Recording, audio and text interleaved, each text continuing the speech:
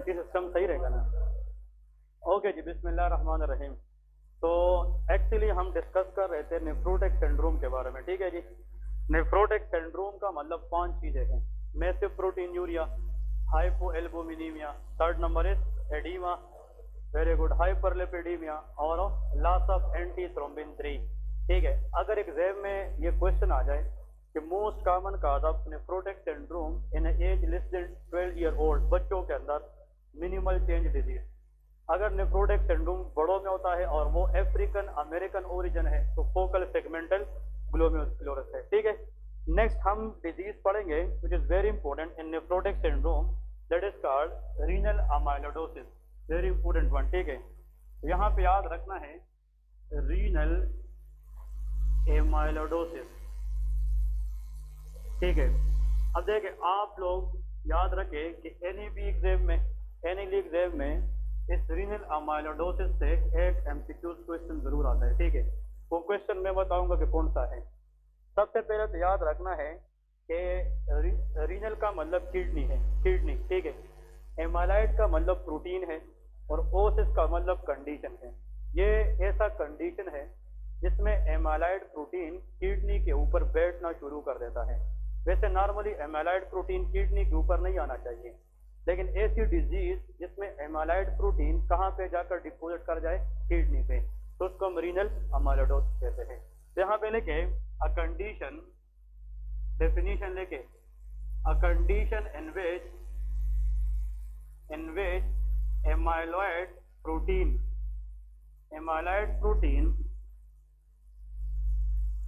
is deposited on the kidney leading to, अगर एमाइलाइड protein kidney पे आना शुरू करे तो can kidney will perform well? No, it can lead to renal damage. ये क्या कराएगी? रीनल डैमेज कराएगी। तो हॉस्पिटल्स के अंदर याद रखें, अगर एक पेशेंट है उसमें गुर्दे का मसला है और हम इन्वेस्टिगेशन करें और उसके अंदर कौन सी प्रोटीन की लेवल बढ़ गई हो, एमाइलाइड प्रोटीन, तो ऐसे डिजीज को हम रीनल अमाइलोडोसिस कहते हैं। अब यहाँ पे दो बातें याद रखने वाली हैं। सबसे पहले what is meant by amyloid protein. सबसे पहले तो ये पता होना चाहिए कि अमाइलाइड प्रोटीन है क्या चीज। इस पे हम आगे भी बहस करेंगे, लेकिन इट इज एबनॉर्मल प्रोटीन। ये क्या है? It is an abnormal protein. ठीक है, abnormal protein not digested by the human body, not digested by human body. देखिए, एमाइलाइड प्रोटीन एक ऐसी प्रोटीन है ये बॉडी डाइजेस्ट नहीं कर सकती। इसका मतलब ये है कि जब ये बॉडी में बनेगी तो उसको बॉडी से निकालना चाहिए, क्योंकि ये न तो बॉडी के लिए कोई काम करती है, न ये बॉडी के अंदर एंजाइम उस पर डाइजेशन करती है। मैं आप लोगों को एक मिसाल देता हूँ। आप लोगों ने नाम सुना होगा एल्ब्यूमिन प्रोटीन। जो एग है, अंडे के अंदर जो व्हाइट है, उसमें कौन सा प्रोटीन है? एल्ब्यूमिन है। फिर एक और प्रोटीन है जिसका नाम है फाइब्रिनोजिन। कौन सा है? फाइब्रिनोजिन। नेक्स्ट है प्रोथ्रम्बिन। ये सारे के सारे क्या है? प्रोटीन है, प्रोथ्रम्बिन। किसी को और आता हो तो बताए। नेक्स्ट इज, हाँ जी, एंटीबॉडीज क्या है? प्रोटीन है, ग्लोबुलिन प्रोटीन है। कौन से है? अब ये सारे के सारे जो प्रोटीन है they do function for the body. ये बॉडी के लिए फंक्शनल प्रोटीन है, इसके अपने अपने काम है। लेकिन ये नॉर्मल है कि एबनॉर्मल है? Normal protein of the body. लेकिन एमाइलाइड क्या है? एबनॉर्मल प्रोटीन है, और बॉडी में अल्लाह ने ऐसा एंजाइम नहीं रखा है कि इसको क्या कर सके? डाइजेस्ट कर सके। तो अगर ये बॉडी में बनेगी तो उसको बॉडी से क्या करना चाहिए? निकालना चाहिए कभी कभार। और एक और बात जो फर्स्ट एड में नहीं है लेकिन very important for the text book, वो ये है कि इट जेनेटिक कंट्रोल, ये एमसीक्यूज है, it genetic control lies on chromosome 21। किस पे होता है? क्रोमोसोम 21। ये याद रखना है। हमारे सेल के अंदर 46 क्रोमोसोम होते हैं। कितने? 46 क्रोमोसोम। जो 21 पेयर है उस पे ऐसे जीन्स पड़े हैं कि वो किसको कंट्रोल करता है?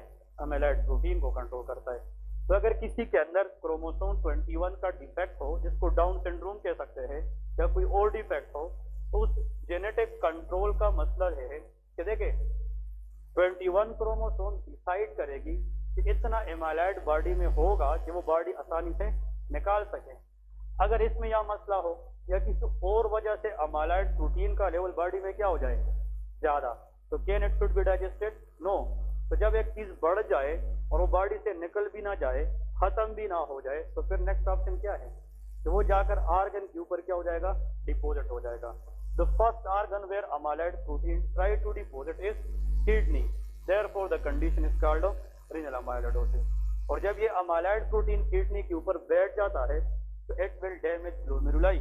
जब ग्लोमेरुलाई डैमेज होगी तो फिर एल्ब्यूमिन लीक होना शुरू हो जाएगा कि नहीं, तो leading to massive proteinuria, hypoalbuminaemia. वो कितनी चीज आएगी? 5 चीज आएगी, जिसको हम कौन सा सिंड्रोम कहते हैं? नेफ्रोटिक सिंड्रोम कहते हैं। तो नेफ्रोटिक सिंड्रोम का एक काज जो है वो रीनल क्या है? अमाइलोइडोसिस है। समझ गए क्या नहीं? This question asked in PMC step 1 कि रीनल अमाइलोइडोसिस पेशेंट में अगर हम कैरियोटाइपिंग करें, क्या करें? Karyotyping. What is karyotyping? It is the investigation where the doctor know chromosomal arrangement. ऐसा इन्वेस्टिगेशन जिसपे हम क्रोमोसोम अरेंजमेंट देख सके, उसका नाम क्या है? कैरियोटाइपिंग। तो वो कौन सी कैरियोटाइपिंग टेस्ट है जो रीनल अमाइलोइडोसिस में करेंगे? That should be chromosome 21। इसको टारगेट करते हैं। क्लियर है कि नहीं? अब यहाँ पे याद रखे रीनल अमाइलोइडोसिस पेशेंट में क्या होगा। मैं एक पॉइंट बताता हूँ। लेके जनाब फ्लू में हॉस्पिटल के अंदर जब पेशेंट वार्ड में लेके आता है या एग्जामिनर पूछता है तो कैसे क्वेश्चन पूछता है? अ 42 ईयर ओल्ड, देखिए 42 year old patient brought to the emergency, ये इंपोर्टेंट है, brought to the emergency with history of, HO stand for history of abdominal swelling। यहाँ पे एब्डोमिन का मतलब पेट, इस पेट की जो स्वेलिंग है वो एसाइटिस हो सकती है कि नहीं? Abdominal swelling, number 1 point. Number 2, there is jaundice, patient को क्या है? Jaundice and peri orbital edema या पेरी ऑर्बिटल स्वेलिंग। पेरी का मतलब है अराउंड, इर्द गिर्द, ऑर्बिट का मतलब आइस। इस आइस के इर्द गिर्द स्वेलिंग है। ये याद रखें, घर में याद रखें, क्लिनिक में याद रखें। जब भी पेशेंट को आंख के इर्द गिर्द स्वेलिंग शुरू हो जाए तो पहली बात याद रखें कि उसको मसला कहाँ का हो सकता है? किडनी। रीनल फेलियर का फर्स्ट जो सिम्टम होता है that is swelling around the eye, which is called peri orbital swelling. ये चीज अगर आ जाए पेशेंट में एंड इन्वेस्टिगेशन शोज नंबर 1, मैं यहाँ पे 2 चीजें बता रहा हूँ। प्रोटीन इन यूरिन, कहाँ पे? यूरिन के अंदर 4 ग्राम पर डे है। कितना है? 4 ग्राम पर डे। अब सुन ले। Number 2, albumin in blood. Albumin कहाँ चेक करते? Blood, and that is decrease from the normal, decrease है। और नंबर 3, रीनल स्टेटस। तब हम क्या चेक करते हैं? रीनल स्टेटस किस पे? 2 चीजों पे। Number 1 USG, ultrasonography. अल्ट्रासाउंड का दूसरा नाम USG है। अगर हम किसी को कहते हैं कि अल्ट्रासाउंड करें तो हम डॉक्टर लिखते हैं USG कराए। USG mean ultrasonography. अल्ट्रासोनोग्राफी ये मेडिकल टर्म है किस चीज के लिए? अल्ट्रासाउंड के लिए। याद रखें, ये इंपोर्टेंट है, ठीक है। नेक्स्ट पॉइंट लिखे, CT स्कैन करा सकते हैं। क्या करा सकते हैं? तो आप लिखेंगे CT scan of the kidney, ultrasound of the kidney. जब रीनल स्टेटस चेक करते तो लेके हाइपरट्रोफी, उसमें क्या हुआ है? हाइपरट्रोफी। भाई ये क्वेश्चन बहुत इंपोर्टेंट है, ठीक है। तो यहाँ पे आपसे एग्जामिनर ये पूछेगा कि इस पेशेंट में आप क्या सस्पेक्ट करते हैं, ठीक है। इस पेशेंट में आप क्या सस्पेक्ट करते हैं? इस क्लास से पहले की क्लास में मैंने ये पिक्चर बताई है। कबस, आप बताएं इस पेशेंट में सिम्टम किस सिंड्रोम के हैं? कबस, आप बताएं। हाँ, रीनल डैमेज है। अब रीनल डैमेज कुछ यूं है जिसमें प्रोटीन लीक कर रहे, कहाँ पे? यूरिन में, और वो कितना है? और अगर वो 3.5 को क्रॉस करे तो मैसिव प्रोटीन यूरिया। ये क्या है? मैसिव। अभी बताया है ना, मैसिव प्रोटीन यूरिया। यहाँ पे प्रोटीन से मुराद क्या है? तो जब यूरिन में एल्ब्यूमिन ज्यादा जाएगा तो ब्लड में इसका लेवल क्या होगा? कम। तो याद सुन ले, ये नेफ्रोटिक सिंड्रोम की तरफ जा रहे बात के नहीं? किस सिंड्रोम की? अब नेफ्रोटिक सिंड्रोम आया तो एज अ डॉक्टर हमें चीजें सोचनी चाहिए, या तो ये मिनिमल चेंज डिजीज है, या फोकल सेगमेंटल ग्लोमेरुलोस्क्लेरोसिस है, या रीनल अमाइलोइडोसिस है। ये तीन चीजें हो सकती है कि नहीं? कैसे पता चलेगा कि क्या है? तो याद रखे, हम अल्ट्रासाउंड ऑफ द किडनी करें या सीटी स्कैन, और उस पर ये कमेंट आ जाए कि इसका किडनी साइज में क्या हो चुकी है? बढ़ चुकी है। Increase in the size of organ is called hypertrophy. अगर किडनी अपने साइज से, यार अल्ट्रासाउंड किसी ने किया है गुर्दे का, उस पे लिखा होता है कि 5 mm 7 mm, ऐसा लिखता है कि नहीं? स्टोन का भी हम साइज लेते हैं। इसका मतलब अगर किडनी की नॉर्मल साइज वो क्या हो चुकी है? बढ़ चुकी है। अब सुन ले, ये किडनी है, इसके ऊपर प्रोटीन आकर क्या होते रहे? डिपोजिट, और इस प्रोटीन का नाम क्या है? एमाइलाइड। तो जब एमाइलाइड बार बार किडनी पे आकर बैठते रहेंगे तो किडनी का साइज बढ़ता रहेगा कि कम? तो ऐसा नेफ्रोटिक सिंड्रोम पेशेंट जिसमें किडनी का साइज सीटी स्कैन पे क्या चीज आ जाए? ज्यादा आ जाए, बढ़ता हुआ नजर आ जाए, तो उस कंडीशन का नाम क्या है? रीनल अमाइलोइडोसिस है। बात समझ गए कि नहीं? मिनिमल चेंज डिजीज में नेगेटिव चार्ज का मसला था, किडनी के ऊपर कोई चीज डिपोजिट हुआ था? नहीं। फोकल सेगमेंटल का मसला ग्लोमेरुलाई का लेस देन 50% का खराब होना था, तो उसमें कोई चीज डिपोजिट हुआ था? तो चाहे मिनिमल चेंज डिजीज हो या फोकल सेगमेंटल का कंडीशन हो, दोनों में किडनी साइज में क्या होगी? नॉर्मल। अगर साइज में बढ़ेगी किडनी नेफ्रोटिक सिंड्रोम में, वो तब होगी जब इसके ऊपर कौन सा प्रोटीन आता रहे? That should be renal amyloidosis. Clear है कि नहीं? And that is for me a very important MCQ question for the exam. Exam में आपको ये दो तीन चीजें आप लोग को आने चाहिए। तो इस कंडीशन का नाम क्या है? Renal amyloidosis. एक और टेस्ट करते हैं, इसको कहते हैं एप्पल ग्रीन बाई रिफ्रेंजेंट टेस्ट, इसको कांगू रेट 10 कहते हैं। ये क्या होता है? ये आगे अभी आएगा, लेकिन लिखे नेक्स्ट यहाँ पे लेके, हाँ अब ये रीनल अमाइलोइडोसिस है, ये इसकी इन्वेस्टिगेशन है, और आखिर में नोट लेके नोट एक नाम याद रखे, कांगू रेट 10। ये मैं आगे पढ़ाऊंगा कि ये क्या चीज है। तो कांगू रेट 10 ये भी एक टेस्ट है जो हम किस कंडीशन के लिए करते हैं? रीनल अमाइलोइडोसिस के साथ करते हैं। समझ गए कि नहीं? ये बहुत इंपॉर्टेंट एमसीक्यू क्वेश्चन है। और आखिर में एक क्वेश्चन याद रखे कि वो कौन सी कैंसर है, वो कौन सी कैंसर है, आखिर में नोट में लेके विच कैंसर इज एसोसिएटेड, मैं फिर बता रहा हूं, एसोसिएशन है, काज नहीं है, एसोसिएटेड विद रीनल एमाइलोइडोसिस। जिन लोगों को रीनल क्या हो? अमाइलोइडोसिस, उस लोगों में अगर कोई कैंसर हो सकता है तो उसका नाम है मल्टीपल माइलोमा। कौन सा कैंसर? Multiple myeloma. बहुत से लोगों ने ये नाम सुना होगा, मल्टीपल माइलोमा। मेडिसिन में याद रखे, जिस चीज के आखिर में क्या चीज आए? ओमा। ओमा मीन कैंसर। ओमा का मतलब क्या है? कैंसर है। लेकिन कुछ ओमास ऐसी है कि वो कैंसर हो नहीं है, लेकिन 90% ओमा का मतलब क्या होता है? कैंसर। यार ये तो सबने सुना होगा लिम्फोसाइट का नाम। किस चीज का? ये कितने किस्म के हैं? दो। फर्स्ट ईयर वाले बता सकते हैं, B lymphocyte and T lymphocyte. Very good. इन दोनों का काम इम्यूनिटी है, दोनों का काम इन्फेक्शन से बचाना है। लेकिन ये बी लिम्फोसाइट जब बन जाते हैं तो फिर इसमें आगे क्या होना है? मैच्योर। ये एमसीक्यू याद रखें। बी लिम्फोसाइट जिसका दूसरा नाम है बी सेल। ये जो लिम्फोसाइट है इसके दो टाइप्स है, एक बी लिम्फोसाइट है और एक और अगर किसी ने ये पूछना है कि ये कहाँ से आते हैं? Bone marrow. ये कहाँ पे बनते हैं? बोन मैरो में। ये हड्डी के अंदर बनते हैं। लेकिन ये बी लिम्फोसाइट बोन मैरो में क्या होता है? और जब बी लिम्फोसाइट मैच्योर हो जाए तो उसका नाम होता है प्लाज्मा सेल। उसका नाम क्या है? Plasma cell. तो पीएमडीसी का टेस्ट उठाकर देखे, क्वेश्चन ये भी आया था कि जो प्लाज्मा सेल है it is derived from B cell के T cell. Answer is B cell. ये फिजियोलॉजी है, ठीक है ना? ये बी सेल से आता है। अब सुन ले, ये जो बी सेल से हमने क्या बनाए हैं, ये फिर आगे बॉडी में क्या बनाती है?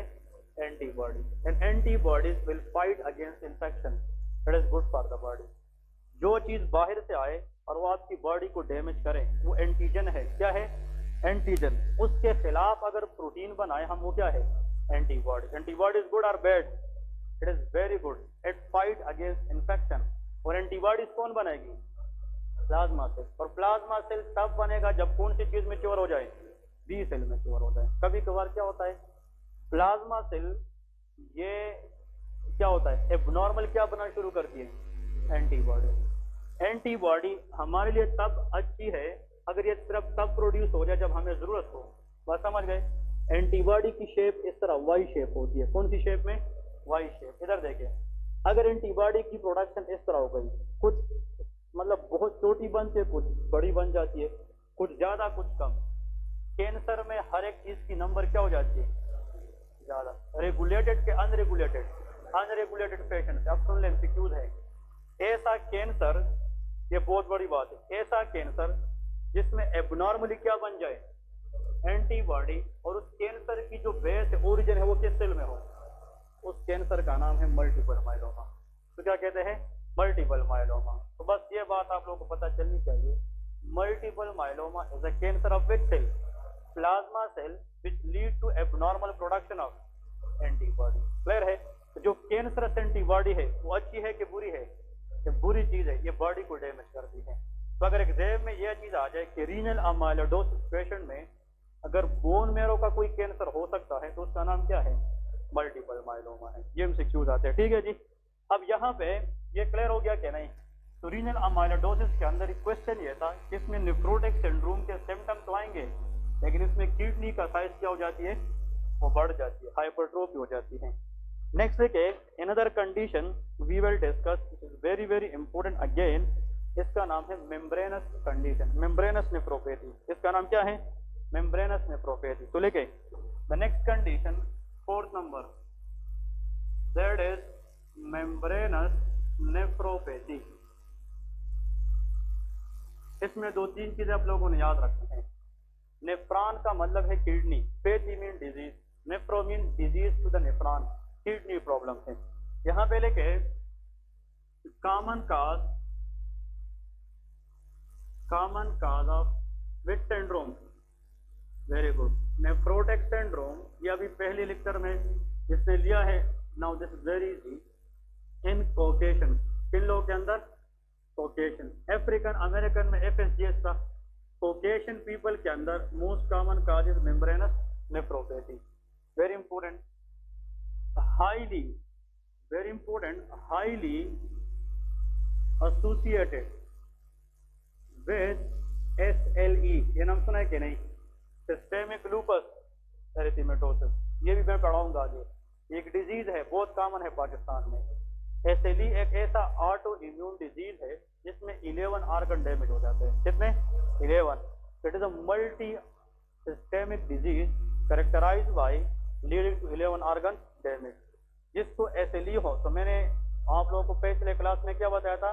इसमें बटरफ्लाई रेश बनता है। क्या बनता है? तो जिसको SLE हो और उसके साथ किडनी डैमेज हो तो वो कौन सा कंडीशन होगा? Membranous nephropathy. यहाँ पे लेके it is due to auto immune involvement. Membranous nephropathy किस वजह से होता है?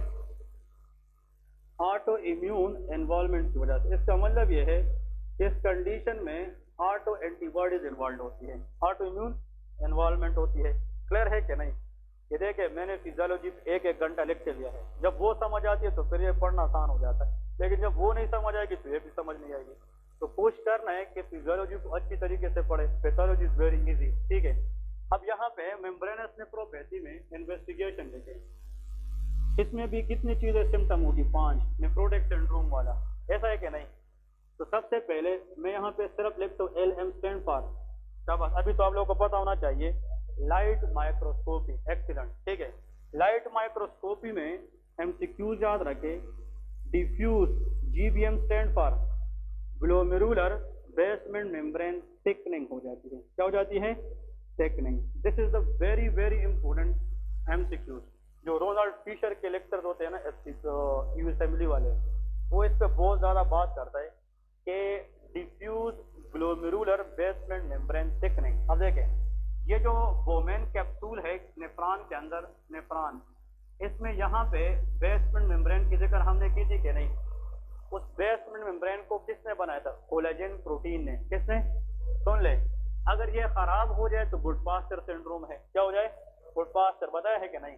लेकिन अगर ये मेम्ब्रेन नॉर्मल से क्या हो जाए, thick, डिफ्यूजली through thickening of GBM, that should be the hallmark of membranous nephropathy. समझ गए। अब मैं ये भी बता रहा हूँ इसको ये नाम क्यों दिया है, वजह ये है, इधर देखिए ये बेस मेम्ब्रेन है, इसके ऊपर इस तरह एक तह आ जाती है, एक दूसरा लेयर। ये जो लेयर है या जो तह है, ये हमें माइक्रोस्कोप बताएगा कि इसके ऊपर एक मेम्ब्रेन बिछा हुआ है। क्या बिछा हुआ है? मेम्ब्रेन, एक पर्दा है, इस चीज का नाम क्या है? मेम्ब्रेनस। और ये नेफ्रॉन का मसला है कि नहीं, इसलिए क्या है? नेफ्रोपैथी है। तो ग्लोमेरुलर बेसमेंट मेम्ब्रेन जो है उसके ऊपर एक मेम्ब्रेन आ जाती है और उस वजह से वो क्या हो जाता है? थिक हो जाता है। नेक्स्ट देखें, IF stand for immuno fluorescent, immuno fluorescent. यहाँ पे लेके इम्यून कॉम्प्लेक्सेस, किडनी में हमें क्या नजर आएगी? इम्यून कॉम्प्लेक्सेस, मतलब ऑटो इम्यून डिजीज है तो इम्यून कॉम्प्लेक्सेस नजर आएगी। Another very important point which is very very important, आखिर में EM करते, स्टैंड फॉर इलेक्ट्रॉन माइक्रोस्कोपी। इसमें लेके spike and dome appearance due to, ये चीज समझना बहुत इंपॉर्टेंट है, सब एपिथेलियल डिपॉजिट। मैं आप लोगों के साथ प्रैक्टिकल कुछ चीजें शेयर करूंगा टेस्ट के अंदर। हम डॉक्टर होते हैं, MBBS करके बैठे होते हैं, घर में कोई टेस्ट दिखा दे फिर समझ नहीं आती क्या है, यही चीजें लिखी होती है, बस आना चाहिए कि इसका मतलब क्या है। अब देखें, एग्जामिनर आप लोगों को यहाँ से चेक करता है कि यार इसमें पढ़ा भी है कि नहीं। वो यहाँ पे एक चीज आप लोग के साथ एज अ ट्रिक खेलता है, वो ये है कि इसमें देखें, नंबर 1 आप लोग मुझे ये बताएं कि ये जो कैपिलरी है दैट इज ग्लोमेरुलाई, ये क्या है? इसके नीचे बेसमेंट क्या है? मेम्ब्रेन है। क्या है? Base membrane. और फिर इसके नीचे आप लोगों को पता है कि विज़रल एपिथेलियल सेल है, अभी बताया है कि नहीं? विज़रल एपिथेलियल सेल है। और यहाँ पे पैराइटल एपिथेलियल, फिर से बोमेन कैप्सूल बनता है कि नहीं? अब इधर फोकस करें, ये जो बेसमेंट मेम्ब्रेन है और ये विज़रल एपिथेलियल, इसके नीचे होता है यहाँ पे सब एपिथेलियल सेल। कौन से? सब एपिथेलियल। अब सुन लें, मैं आप लोगों को ये बता रहा हूँ, मैं ये जगह थोड़ा सा एलाबोरेट करता हूँ। ये कौन सा मेम्ब्रेन है? बेसमेंट। ये कौन सा सेल है? वेरी गुड, ये भी विज़रल एपिथेलियल सेल है। इस तरह है कि नहीं? और यहाँ पे सब एपिथेलियल सेल है। क्लियर है? अब इस बेस मेम्ब्रेनस नेफ्रोपैथी में क्या होता है? इस बेसमेंट मेम्ब्रेन की थिनिंग होती है कि थिकनिंग? थिकनिंग होती है। क्या होती है? बताओ शाबाश, थिकनिंग। ये मोटा हो जाता है, thickening, that is thickening of glomerular basement membrane. ये हमें कैसे पता चलेगा? किस माइक्रोस्कोप पे? लाइट माइक्रोस्कोप, जिसको सिंपल माइक्रोस्कोप कहते हैं। SLE डिजीज के साथ ये एसोसिएट है। SLE ऑटो इम्यून डिजीज है। जो इम्यून कॉम्प्लेक्सेस है, सुन ले, वो इस विज़रल एपिथेलियम और बेस मेम्ब्रेन के नीचे आती है। यहाँ पे सुन ले, यहाँ पे इम्यून कॉम्प्लेक्सेस आ जाती है, अकुमुलेट हो जाती है, तो फिर यहाँ पे नहीं होते, फिर यहाँ पे अकुमुलेट होती है, फिर यहाँ पे नहीं होते, इस तरह। तो ये जो अकुमुलेशन ऑफ इम्यून कॉम्प्लेक्सेस है, ये डिफ्यूज है कि सेगमेंटल है? ये जगह जगह पे है। बात समझ गए? आप सुन ले, जब इलेक्ट्रॉन माइक्रोस्कोप ने इन दोनों के दरमियान देखा तो डॉक्टर को लगा, ये देखे, ये हॉरिजॉन्टल है कि स्पाइक है? स्पाइक का मतलब ऊपर से आना। ये जो एक चोटी है, पहाड़ी है, स्पाइक है, ये स्पाइक है। फिर ये नीचे आई है कि नहीं? इसको डोम कहते हैं। ये क्या है? डोम। ये क्या है? स्पाइक है। फिर ये क्या है? डोम। इसको डोम स्पाइक अपीयरेंस कहते हैं। लेकिन ये कहाँ पे होगा? सब एपिथेलियल डिपॉजिट, इन दोनों के दरमियान होगा।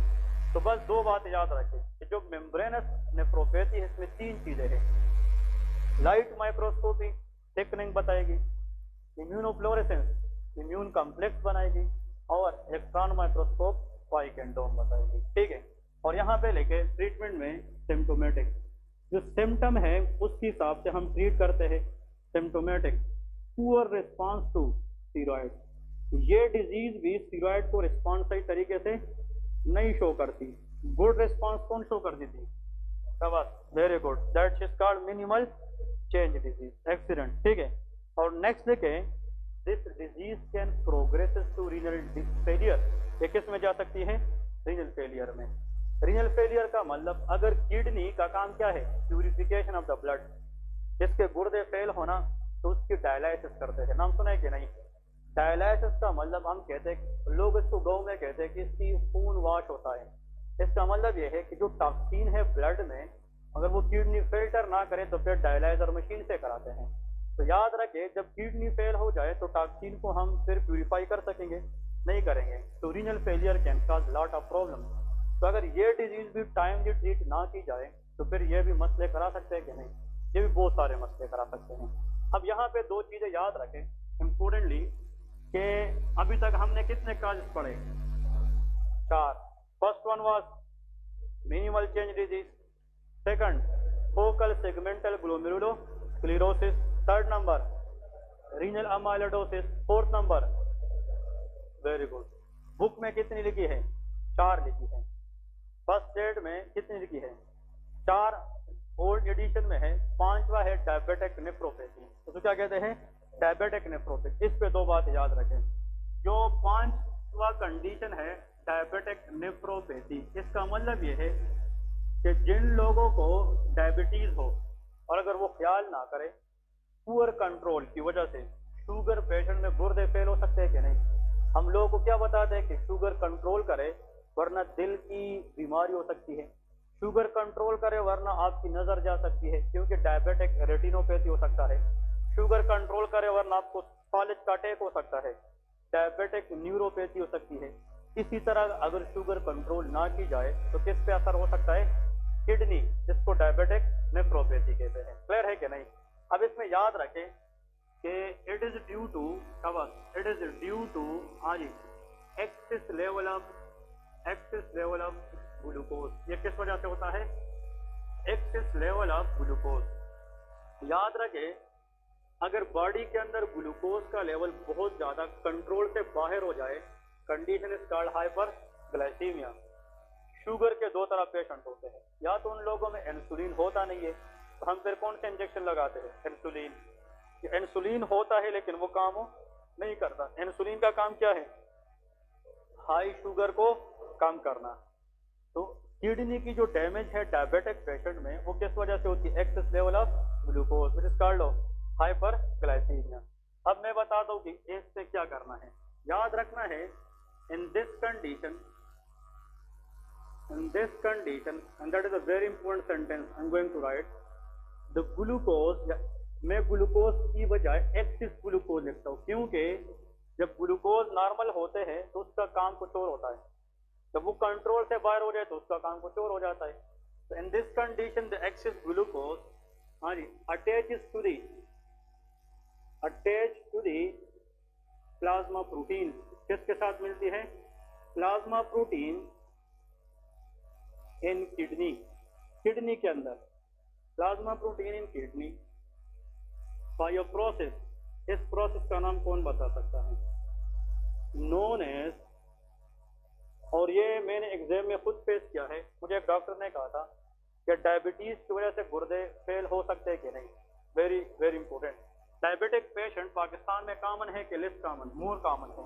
हर घर में डायबिटिक पेशेंट है, हर दूसरे घर में डायबिटिक पेशेंट है। तो आपसे जो कॉमन डिजीज है उसकी कॉमन क्वेश्चन पूछी जाती है। अगर आपसे कोई पेशेंट सर ये पूछे, प्रोफेसर पूछे कि डायबिटिक पेशेंट में जब ग्लूकोज का लेवल बहुत ज्यादा बढ़ जाए तो वो एक्सेस ग्लूकोज जाकर अपनी तरफ अट्रैक्ट करती है, किस चीज को? Plasma protein. तो स्पेशली किस ऑर्गन के अंदर? किडनी के अंदर। तो एक्सेस ग्लूकोज इस प्रोसेस के जरिए अपने साथ किसको अट्रैक्ट करती है? Plasma protein. उस प्रोसेस का नाम है नॉन एंजाइमेटिक, प्लीज याद रखें, very important, non enzymatic glycosylation. और आप लोग 5 साल गुजारेंगे चाइना रशिया में, ये चीजें उधर नहीं पढ़ाई जाती है, लेकिन ये इंपॉर्टेंट है एग्जाम्स के लिए, ठीक है ना? Non enzymatic glycosylation. अब मैं बता रहा हूं क्यों। Glycosylation is a process where excess glucose attaches with the plasma protein in the absence of enzyme. इस का नाम क्या है? नॉन एंजाइमेटिक है। क्लियर है? मैं आगे कुछ डिजीज पढ़ाऊंगा जिसमें ग्लूकोज प्लाज्मा प्रोटीन को मिलती है लेकिन उसको जरूरत किस चीज की होती है? तो उसका नाम एंजाइमेटिक ग्लाइकोसाइलेशन है। लेकिन डायबिटिक पेशेंट में किडनी के अंदर विदाउट एंजाइम एक्सेस ग्लूकोज किसको अट्रैक्ट करती है? Plasma protein. तो इनका नाम क्या है? Non enzymatic glycosylation. बात समझ रहे कि नहीं? बहुत इंपॉर्टेंट है। अब यहाँ पे याद रखें, सुन ले, हाँ बहुत इंपॉर्टेंट, ये किडनी का बोमेन कैप्सूल है, सुन ले, बोमेन कैप्सूल। इसमें एमसीक्यूज आता है कि जो ब्लड में ग्लूकोज है, एक्सेस ग्लूकोज, इसको अट्रैक्ट करती है प्लाज्मा प्रोटीन। कौन सा? फिर इस प्लाज्मा प्रोटीन और ग्लूकोज के साथ चिपक जाती है लिपिड। कौन सी चीज? लिपिड। इसके साथ चिपक जाती है कोलेजन। कौन सी चीज? कोलेजन। अब ये याद रखें। तो इससे इस तरह के जनाब एक नोडुल बन जाता है। क्या बन जाता है? एक बाल बन जाता है। वो बाल बताए शाबाश। और नोडुल या बाल like structure in the kidney which is form from the combination of glucose, plasma protein, lipid and collagen. इसको हम कहते हैं कैमल स्टील नोडुल। इसको क्या कहते हैं? Kimmelstiel nodule. Very important one. तो जब भी एग्जाम में ये क्वेश्चन आ जाए कि कैमल स्टील नोडुल का आना किडनी के अंदर is a hallmark of which condition? Diabetic nephropathy. जिस डायबिटीज का मतलब शुगर ज्यादा के कम, ज्यादा, और ये प्रोटीन को ग्लूकोज तब अट्रैक्ट करेगा जब उसका लेवल ज्यादा हो। और कैमल स्टील नोडुल के लिए पहले से ग्लूकोज और प्रोटीन का होना जरूरी है। तो कैमल स्टील नोडुल किडनी में जब भी आते एग्जाम के अंदर हमें पता होना चाहिए कि इस पेशेंट को कौन सी डिजीज है? डायबिटिक नेफ्रोपैथी है। बात समझ रहे कि नहीं? अब यहाँ पे देखे, एक बाल बन गया, इसमें एक बंदा है कि ज्यादा? 4-5 चीजों की कॉम्बिनेशन है। अब जब बाल बड़ा बन जाएगा ये यहाँ की कैपिलरी को प्रेशराइज करेगा कि नहीं? और जब ये कैपिलरी पे बैठेगा, ब्रेक करेगा, तो कैपिलरी टूट जाती है, रप्चर हो जाती है। वो capillary are the largest vessel या स्मॉलेस्ट वेसल। और जब कैपिलरी रप्चर हो जाए तो यहाँ से प्रोटीन लीक करना शुरू करेगा कि नहीं? तो मैसिव प्रोटीन यूरिया, हाई फुलग्लूमिन, फिर कितनी चीज आएगी? 5 नेफ्रोटिक सिंड्रोम। तो ये भी एग्जाम में आता है कि डायबिटिक पेशेंट अगर अपनी शुगर पे कंट्रोल ना करे, उसकी गुर्दे कुछ यूं डैमेज हो जाती है, उसमें फिर पानी हो जाता है, साइटस, प्रोटीन लीक करना शुरू करती है यूरिन में, प्रोटीन यूरिया, हाइपरलिपिडीमिया। उस वजह से पेशेंट को हार्ट अटैक के चांसेस ज्यादा होते हैं। इसलिए शुगर कंट्रोल करना चाहिए। अगर कंट्रोल ना की जाए, प्राइमरीली जो आर्गन डैमेज होता है that is called which is known as diabetic nephropathy. दूसरा आर्गन कौन सा damage? Heart, diabetic cardiopathy. Next organ brain, diabetic neuropathy, diabetic retinopathy, blood vessel, diabetic vasculopathy. Clear है कि नहीं? ये इसको कहते हैं एंड आर्गन डैमेज। इसको क्या कहते हैं? End organ. अगर डायबिटीज को कंट्रोल ना की जाए ये चीजें हो सकती है। और ये भी याद रखें, जो एक्सेस ग्लूकोज है ये हमारे लोअर लिम्ब के ब्लड वेसल को डैमेज करती है, और उस डैमेज की वजह से blood supply to the lower limb क्या हो जाती है? तो देखे हैं ऐसे लोग गाँव में डायबिटिक पेशेंट जिससे पूरा पाँव ब्लैक हो चुका होता है। क्या हो चुका है? ब्लैक, जिसको गैंग्रीन कहते हैं। और लोग फिर कहते हैं कि उससे वो पाँव काट दी गई है। लोग कहते हैं कि नहीं, इसलिए जब सेल डेथ हो जाती है तो वो रिकवरेबल नहीं होती। तो डायबिटिक फुट जो है वो गैंग्रीनस फुट होता है, और वो इसलिए होता है कि blood supply to the area क्या हो जाती है? कम हो जाती है। ये end organ damage, initial organ which try to damage by excess sugar level, that is called kidney. यार आप लोग मुझे ये बताएं, किडनी का काम टॉक्सिन को बॉडी से बाहर निकालना है। अगर वो टॉक्सिन ना निकाल पाए किडनी, तो can that toxin can cross blood brain barrier reaches to the brain. इसको कहते हैं रीनल एनसेफेलोपैथी। इसको क्या कहते हैं? Renal encephalopathy. तो जो गुर्दे का मरीज है और वो ख्यात ना करे, उसको झटके लग सकते हैं। सीजर, मिर्गी का नाम सुना है कि नहीं? उसको सीजर हो सकता है, वो अनकॉन्शियस, एपिलेप्सी हो सकता है, अनकॉन्शियस हो सकता है। एक्सेस टॉक्सिन आपके दिल पे असर डाल सकता है कि नहीं? वो हार्ट फेलियर करा सकता है। एक्सेस टॉक्सिन आपकी लीवर फेलियर करा सकता है। इसलिए याद रखें, गुर्दे की फेलियर से मजीद अदर आर्गन डैमेज के चांसेस हो सकते हैं। तो अभी तक एक स्केच बनाता हूँ, फिर इंशाल्लाह कल हम आगे फिर प्रोसीड करेंगे। लेकिन ये स्केच कल के लिए इम्पोर्टेंट है, एक बस छोटा सा 2 मिनट ये लिख ले साथ। तो कल जब हम फिर लेक्चर स्टार्ट करेंगे हमने यहाँ से डिस्कस करना। देखें, मैंने आप लोगों को अभी ये बताया था कि आज हमने जो मोस्ट इम्पोर्टेंट कंडीशन पढ़ा उसका नाम क्या था? नेफ्रोटिक सिंड्रोम, ये था ना। कल इंशाल्लाह हम डिस्कस करेंगे नेफ्राइटिक सिंड्रोम। कौन सा बात है नहीं, हाँ इधर आप फोकस करें, 2 मिनट का गेम है, बहुत इंपॉर्टेंट। इनमें लोग गलत करते हैं, नेफ्रोटिक और नेफ्राइटिक में फर्क है। इसमें यहाँ पे ओ है, यहाँ पे ओ है, और यहाँ पे ओ नहीं है, आई है। क्लियर है कि नहीं? अब यहाँ पे इंपॉर्टेंट पॉइंट याद रखें। नेफ्रोटिक सिंड्रोम के अंदर देखिए, नेफ्रोटिक सिंड्रोम के अंदर ये पॉइंट याद रखना है कि इसमें मिनिमल चेंज डिजीज हो सकता है कि नहीं, उसमें फोकल सेगमेंटल ग्लोमेरुलो स्क्लेरोसिस हो सकता है कि नहीं, नेफ्रोटिक सिंड्रोम में रीनल एमाइलोइडोसिस हो सकता है कि नहीं, उसमें मेम्ब्रेनस नेफ्रोपैथी हो सकती है कि नहीं, और आखिर में diabetic nephropathy. These are the 5 causes of nephrotic syndrome. ये किसकी काज है? नेफ्रोटिक। और ये सारे के सारे अभी हमने डिस्कस किए हैं कि नहीं? ओके, यहाँ पे मैं सिर्फ बताता हूँ एक्यूट पोस्ट स्ट्रेप्टोकोकल ग्लोमेरुलोनेफ्राइटिस, ये मैं कल बताऊंगा, ठीक है। ये इसका नाम है PSGN, stand for post streptococcal glomerulonephritis, rapidly proliferative glomerulonephritis. आखिर में लेके एल्फोर्ड सिंड्रोम। कौन सा? एल्फोर्ड सिंड्रोम।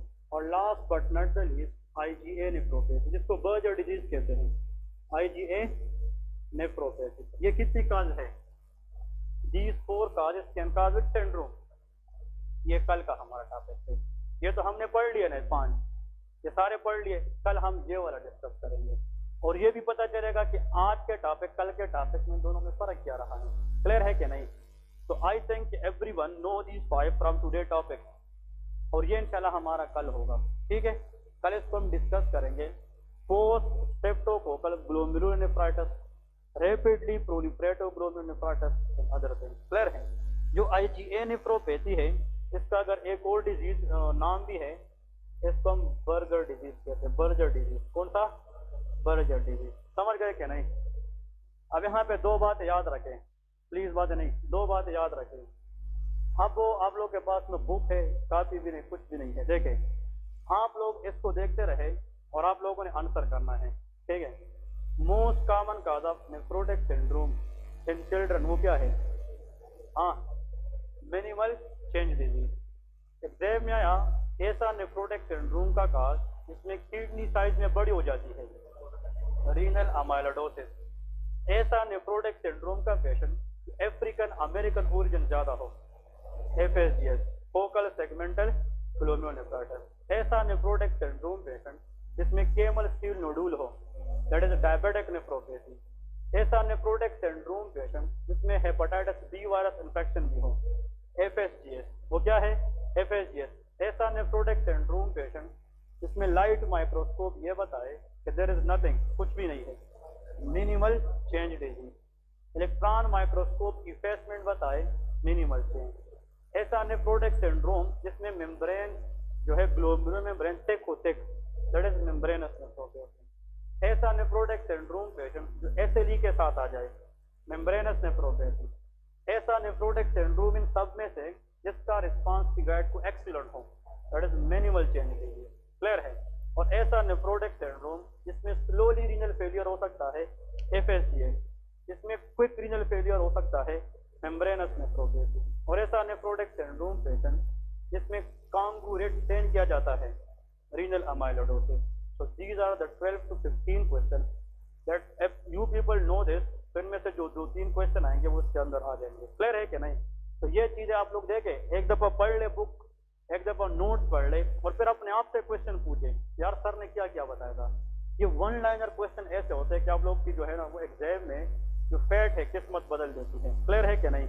तो इंशाल्लाह इसको आप लोग कैरी ऑन करें, कल से डिस्कस करेंगे। दूसरी बात मैं ये बताने वाला था, ठीक है, कि अभी हमारे कुछ मजीद स्टूडेंट्स आने वाले हैं 2-3 दिन में, अभी कुछ अपने भी स्टूडेंट्स आने वाले हैं, ठीक है। उसमें ये है कि अभी हमने इसके बाद जो सिस्टम स्टार्ट करना है, that is digestive system, which is GIT। तो हम इसकी फिजियोलॉजी स्टार्ट करेंगे, और हम जब न्यू सेशन स्टार्ट करते हैं तो हम वहीं से ही स्टार्ट करते हैं। तो रीजनल सिस्टम कल से एक लेक्चर ये होगा और एक जीआईटी की फिजियोलॉजी स्टार्ट करेंगे। बात समझ गए? जब इनमें से एक चीज खत्म हो जाए तो हम फिर इंशाल्लाह एनाटॉमी की तरफ जाएंगे। क्लियर है? तो जनरल एनाटॉमी फिर ये बिल्कुल बेसिक जाएंगे, लेकिन ये जो फिजियोलॉजी है ये कल से हम स्टार्ट करेंगे। ठीक है? तो एक लेक्चर रीजनल का होगा, और अगर किसी ने नेक्स्ट नोट्स बनाने हैं अदर सिस्टम के तो कल से वो अपने पास नोट्स जीआईटी के लिए है। तो टुमारो इंशाल्लाह onward the lecture 1 is from GIT, another is from regional system. Clear है? यार घरों में बहुत सारे पेशेंट आते हैं कि मेरा मैदे का मसला पाकिस्तान में कॉमन है कि नहीं? हर दूसरे बंदे को गैस्ट्राइटिस है। ये कब सीखोगे? जीआईटी से सीखोगे। लोग कहते यार हार्ट बर्न है, हम कहते ओमेप्राजोल का है, फलाना का है, ढेंगरा का है, लेकिन पता होना चाहिए कि हम ओमेप्राजोल क्यों दे रहे हैं। इस पेशेंट में ओमेप्राजोल काम कर भी लेगा कि नहीं कर लेगा, समझ गए कि नहीं? ये चीजें हमें आनी चाहिए। डायरिया के केसेस बच्चों में बड़ों में, कॉन्स्टिपेशन की केसेस बच्चों में बड़ों में, डायरिया, 5 चीजें हैं जो बहुत important. Number 1 diarrhoea, constipation, gastroenteritis, और नंबर 4 इज वोमिटिंग, उल्टियों के मसले ज्यादा आते हैं। और आखिर में जनाब पेप्टिक अल्सर का नाम सुना है, एच पाइलोरी इन्फेक्शन का नाम सुना है। ये सारी चीजें अगर ये आप लोग जीआईटी का ये जो पूरा सेट है इसको सिरे से पढ़ पाओगे ना, मेरे ख्याल में ये मेडिसिन आप लोग अभी से लिख सकेंगे। लेकिन जो मेडिसिन ओटीसी है, ओटीसी का मतलब अगर आप लोग लिखे भी और उसका साइड इफेक्ट ना आए तो आप लिखे, लेकिन क्रिटिकल मेडिसिन आप जब तब तक ना लेके जब तक आप क्वालिफाइड डॉक्टर ना हो। क्लियर है? किसी को आप काउंसल कर सकते हैं, किसी को आप कमेंट कर सकते हैं। देखिए इंसान की 70% जो रिकवरी है वो आपकी अच्छी बातों से होती है। अगर किसी को कैंसर भी होना और आप उसको कहे कि कुछ भी नहीं है तो वो नहीं सोचेगा, वो जल्दी ठीक हो जाता है। अगर किसी को कुछ भी ना हो लेकिन आप उसको डराए तो वो बंदा फिर अपने आप को ही देखेगा, सोचेगा, फिर वो बंदा नहीं कर पाएगा। तो counselling is the key in your recovery. तो इंशाल्लाह कल से एक lecture physiology of the GIT पढ़ेंगे और एक साथ में इंशाल्लाह वो सिस्टम में प्रैक्टिस कंटिन्यू करेंगे। ठीक है? ओके। और कल से क्लासेस 9:30 पे हम शार्पली स्टार्ट करते हैं, क्योंकि असल में इसके बाद क्लिनिकल है, फिर हमारा एनालिस्ट स्टेप 2 का लेक्चर है इसके बाद। ठीक है? तो कोशिश आप लोगों ने ये करनी है कि टाइम लिया करें कि आज मैंने इससे थोड़ा सा वेट किया कि बहुत सारे लोग की मैसेजेस आई थी कि वो रास्ते में थे, कुछ तो ज्वाइन कर चुके हैं, कुछ अभी भी नहीं आए। तो tomorrow we should not wait for anyone. A person who is one in the class is important for me. मतलब एक बंदा आ सकता है तो सारे क्यों नहीं आ सकते? तो आई थिंक आप लोग नियर बाई से भी, दूर से भी थे, नजदीक से भी थे, आप लोग ऑलमोस्ट पहुंच चुके हैं। तो बस अपने रेस में फिर से एंट्री करें और अल्लाह का नाम लेके स्टार्ट करें। समझ गए कि नहीं? तो कल इंशाल्लाह 9:30, क्योंकि बहुत लेट जाएंगे तो फिर बाद में मौसम बहुत ज़्यादा जो है ना गर्मी भी है, तो कोशिश करें 9:30 इज द टाइम। कल से इंशाल्लाह 9:30 से क्लास स्टार्ट करेंगे। ठीक है? ओके।